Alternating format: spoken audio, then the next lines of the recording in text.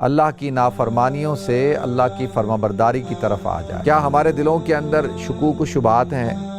کیا ہم اللہ سے ناراض ہیں؟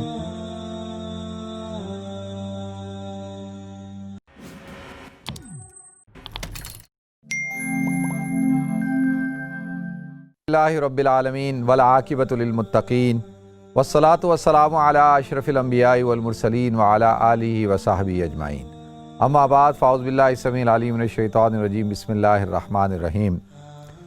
وَإِذْ أَخَذَ رَبُّكَ مِن بَنِي آدَمَ مِن ظُهُورِهِمْ ذُرِّيَّتَهُمْ وَأَشْهَدَهُمْ عَلَىٰ أَنفُسِهِمْ أَلَسْتُ بِرَبِّكُمْ قَالُوا بَلَىٰ شَهِدْنَا، صدق اللہ العظیم۔ اللہم صلی علی محمد وعلی آل محمد کما صلیت علی ابراہیم وعلی آل ابراہیم انک حمید مجید۔ اللہم بارک علی محمد وعلی آل محمد کما بارکت علی ابراہیم وعلی آل ابراہیم انک حمید مجید۔ رب اشرح لی صدری ویسر لی امری واحلل عقدۃ من لسانی یفقہوا قولی۔ محترم ناظرین کرام، بزرگان دین اور میری عزیز ماؤں اور بہنوں بھائیوں، السلام علیکم ورحمۃ اللہ وبرکاتہ۔ ناظرین، اللہ رب العزت کی رضا ایک مومن کا سب سے بڑا انعام ہے، سب سے بڑا تحفہ ہے۔ جو شخص بھی چاہتا ہے کہ وہ اپنے آپ کو ایسا کر لے کہ جس سے اللہ رب العزت کی ذات راضی ہو جائے، تو ناظرین اس کو سب سے پہلی چیز کیا کرنا ہے، پہلا قدم کیا اٹھانا ہے، وہ ہے توبہ، کہ انسان توبہ کرے۔ توبہ کا مطلب ہوتا ہے رجوع کرنا، اور کس کی طرف رجوع کرنا؟ لوٹ آنا، کہ اللہ کی طرف انسان لوٹ آئے، اللہ کی نافرمانیوں سے اللہ کی فرمانبرداری کی طرف آ جائے، اللہ کی ناراضگی سے اللہ کو راضی کرنے والے اعمال کی طرف آ جائے۔ تو لہذا یہ پہلا اسٹیپ ہوتا ہے ناظرین اللہ کو راضی کرنے کا۔ اور پھر اس کے بعد اللہ رب العزت جو مقام عطا فرماتے ہیں وہ کیا ہے کہ اللہ اس سے راضی ہو جاتے ہیں۔ وَرِضْوَانٌ مِّنَ اللَّهِ اکبر، اور اللہ کی رضامندی سب سے بڑی چیز ہے۔ تو ایک مومن کی اگر وہ چاہتا ہے کہ اللہ اس سے راضی ہوں تو پہلا اسٹیپ توبہ کرنا ہے، اور پھر اس کے جو منزل ہے، مقصود ہے، وہ کیا ہے؟ اللہ کی رضا۔ پھر ناظرین زندگی کے اندر جو کچھ بھی اللہ رب العزت نے اس کو دیا ہے اس پر اللہ کا شکر ادا کرنا، اور کسی قسم کا شکوہ اور شکایت نہ کرنا۔ حضرت موسیٰ علیہ السلام طور پہ تشریف لے جا رہے تھے تو ان کی قوم نے ان سے کہا، اے موسیٰ، آپ اللہ سے پوچھئے گا کہ آپ اپنے بندے سے کب راضی ہوتے ہیں، یعنی بندہ کون سے ایسے اعمال کرے جس سے آپ اس سے راضی ہو جائیں۔ حضرت موسیٰ علیہ السلام نے اللہ سے پوچھا کہ اللہ، میری قوم نے مجھ سے سوال پوچھا ہے تو وہ کون سے اعمال ہیں؟ تو اللہ تعالیٰ نے کہا، اے موسیٰ، جب میرا بندہ مجھ سے راضی ہوتا ہے، یعنی کسی قسم کا شکوہ اور شکایت نہیں کرتا، تو یہ اس بات کی علامت ہے کہ میں اس سے راضی ہوں۔ ناظرین، یہ کسوٹی ہے کہ میں اور آپ اپنے دلوں کو ٹٹولیں، کیا ہم اللہ سے راضی ہیں؟ کیا جو زندگی اللہ نے ہمیں دی ہے، کیا اس زندگی میں ہم جو اعمال اختیار کرتے ہیں وہ اعمال اللہ کو راضی کرنے والے ہیں؟ کیا ہمارے دلوں کے اندر شکوک و شبہات ہیں؟ کیا ہم اللہ سے ناراض ہیں؟ تو اگر ہماری یہ کیفیت ہے، ہمارے یہ جذبات ہیں، تو اس کا مطلب اللہ ہم سے ناراض ہے۔ مومن وہ ہوتا ہے ناظرین جو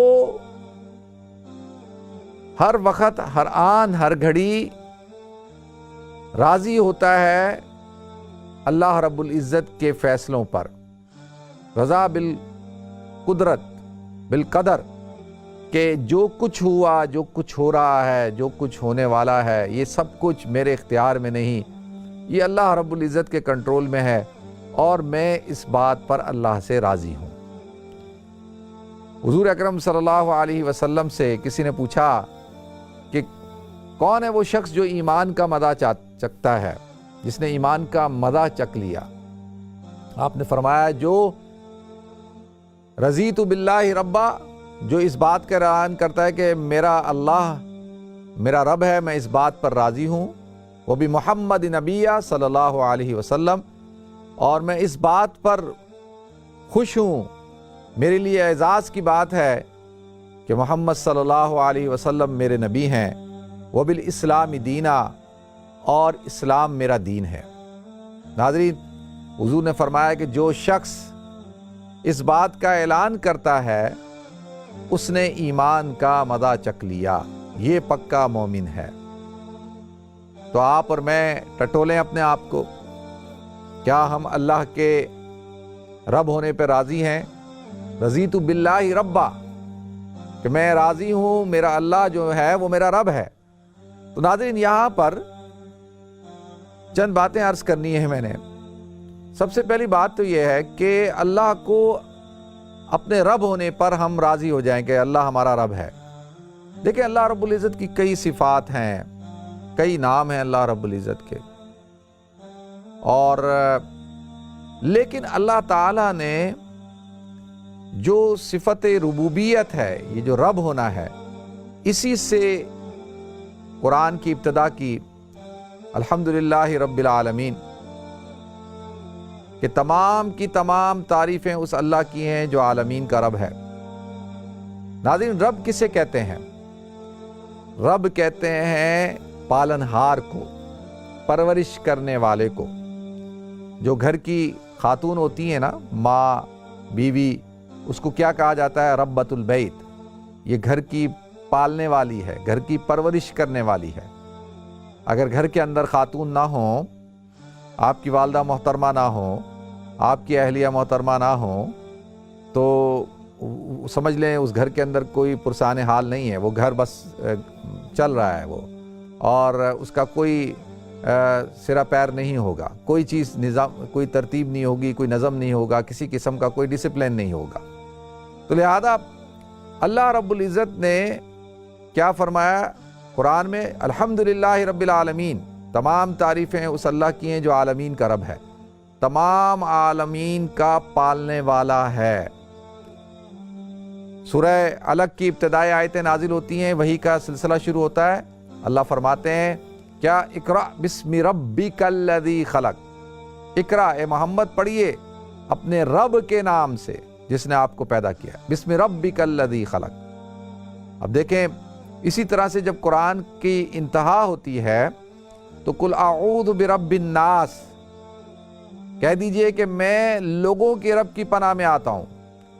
اب رب العالمین، رب الناس، رضیت باللہ ربا، ہر جگہ اللہ رب العزت نے صفت ربوبیت کو بیان کیا۔ قرآن پاک میں ناظرین جو اللہ رب العزت کے جو اسماء ہیں، ان میں سے یہ جو اسم ہے، یہ جو صفت ہے رب ہونے کی، اس کو اللہ تعالیٰ نے کئی جگہ بار بار بیان کیا۔ ہماری جتنی بھی دعائیں ہیں، قرآنی دعائیں، ان دعاؤں کے اندر یہی صفت استعمال ہوتی ہے رب ہونے کی۔ ربنا ظلمنا انفسنا، ربنا آتنا فی الدنیا، ربنا ہب لنا من ازواجنا، ربنا اغفر لنا، رب ارحمہما، ربنا ربنا ربنا ربنا۔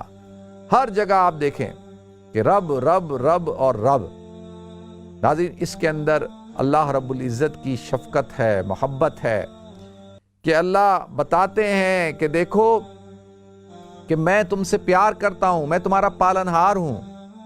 دیکھیں، اگر بچہ گھر میں تکلیف میں ہو، بھوکا ہو، پیاسا ہو، اس کو کوئی پریشانی ہو جائے بچے کو، اور اس بچے کی ماں کا نام ہو فاطمہ یا عائشہ یا ختیجہ، اور وہ اپنی ماں کا نام لے کے پکارے، عائشہ، ختیجہ، فاطمہ، تو اب آپ کتنا پکارتا رہے؟ مثال کے طور پر میری والدہ کا نام خالدہ، میں تکلیف میں ہوں، بھوک میں ہوں، پیاس میں ہوں، اور میں پکار رہا ہوں اے میری خالدہ، اے میری خالدہ۔ آپ مجھے بتائیں، حالانکہ میں کس کو پکار رہا ہوں؟ اپنی ماں کو ہی پکار رہا ہوں نا، لیکن وہ چاہت اور وہ جاذبیت اور وہ کشش اس نام میں ہے؟ جیسے ہی میں کہتا ہوں اے میری ماں، تو کیسے میری ماں میری طرف متوجہ ہوتی ہے؟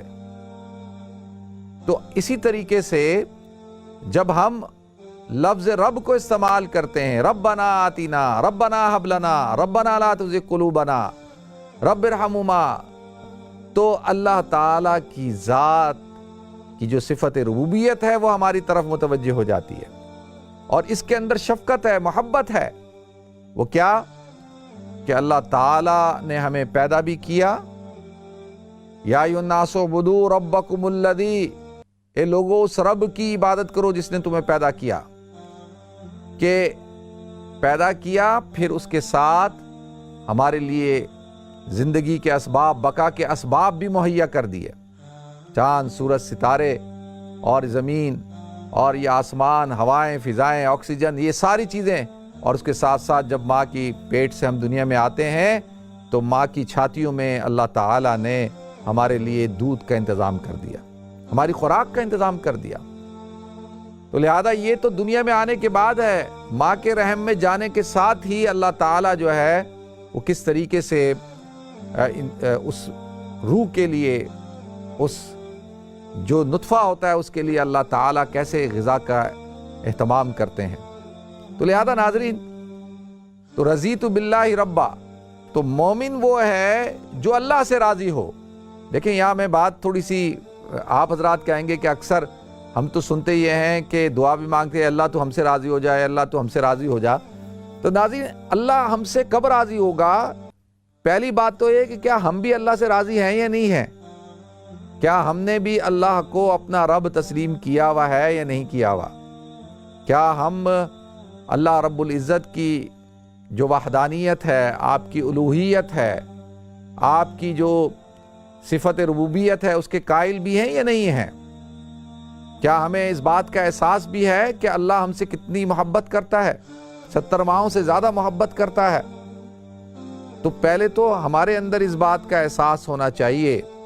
اسی لیے تو فرمایا جب اللہ تعالیٰ نے وعدہ الستو کے اندر، عہد الستو کے اندر، کہ جب تم دنیا میں بھی نہیں آئے تھے، عالم ارواح میں تھے، اس وقت میں نے تم سے یہ عہد کیا تھا، وَإِذْ أَخَذَ رَبُّكَ مِن بَنِي آدَمَ مِن ظُهُورِهِمْ ذُرِّيَّتَهُمْ وَأَشْهَدَهُمْ عَلَىٰ أَنفُسِهِمْ أَلَسْتُ بِرَبِّكُمْ، کیا میں تمہارا رب نہیں ہوں؟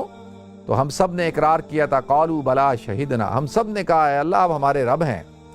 تو لہذا جو شخص دنیا کے اندر اللہ رب العزت کو رب مان کے زندگی گزارے گا، دیکھیں جو مومن ہوتا ہے، جس کا یقین اللہ کی ذات پہ مضبوط ہوتا ہے، ایک دکاندار ہے وہ یہ کہتا ہے کہ جو دنیا دار ہوتا ہے وہ کہتا ہے مجھے میری دکان پالتی ہے، اگر تو دکان نہ ہو تو میں پل نہیں سکتا۔ جو دیندار ہوتا ہے وہ کہتا ہے نہیں، دکان نہیں پالتی، اللہ پالتا ہے۔ ایک دنیا دار کسان کیا کہتا ہے؟ مجھے میری کھیتی باڑی زمینداری پالتی ہے۔ اور دیندار کسان کیا کہتا ہے؟ نہیں، مجھے تو میرا اللہ پالتا ہے، یہ تو سبب ہے۔ ایک فیکٹری اونر کیا کہتا ہے؟ مجھے میری فیکٹری پالتی ہے۔ اور دیندار فیکٹری اونر کیا کہتا ہے؟ نہیں، اللہ پالتا ہے، یہ سبب ہے، یہ سبب ہے، یہ سارے اسباب ہیں۔ حقیقی پالنہار کون ہے؟ وہ اللہ رب العزت کی ذات ہے۔ تو ناظرین، جو انسان پوری زندگی اللہ رب العزت کو اپنا رب تسلیم کرتا ہے اور دل کے اندر کسی قسم کا کوئی شک اور شبہ، کوئی وہم نہیں لاتا، کوئی وسوسہ نہیں لاتا، کوئی شکوہ نہیں، کوئی شکایت نہیں، ہر حال میں اللہ کا شکر ادا کرتا ہے۔ تکلیف آ گئی، اللہ کا شکر، صبر، اور نعمتیں اللہ نے دی، اللہ کا شکر، اور زیادہ شکر گزاری، اور ہر معاملے کے اندر اللہ کو سامنے رکھتا ہے۔ اور پھر اس کے بعد حضور اکرم صلی اللہ علیہ وسلم کو اپنا پیغمبر، اپنا نبی تسلیم کرتا ہے، آپ سے محبت کرتا ہے، آپ کے اسوہ پر چلتا ہے، آپ کی سنتوں کے مطابق زندگی گزارتا ہے، اپنا جان، مال، تن، من، دھن، ہر چیز حضور اکرم صلی اللہ علیہ وسلم کی ذات اقدس پہ قربان کرتا ہے، اور حضور اکرم صلی اللہ علیہ وسلم کے دین پر خود بھی چلتا ہے اور ان کے پیغام کو پوری امت تک پہنچاتا ہے۔ پھر اس کے بعد کیا ہے کہ اسلام پر عمل کرتا ہے، اسلام کو باعث فخر اپنے لیے دین سمجھتا ہے، شرمندہ نہیں ہے، احساس کمتری کا شکار نہیں ہے کہ جی کیا بتائیں لوگوں کو، نام بدل دو،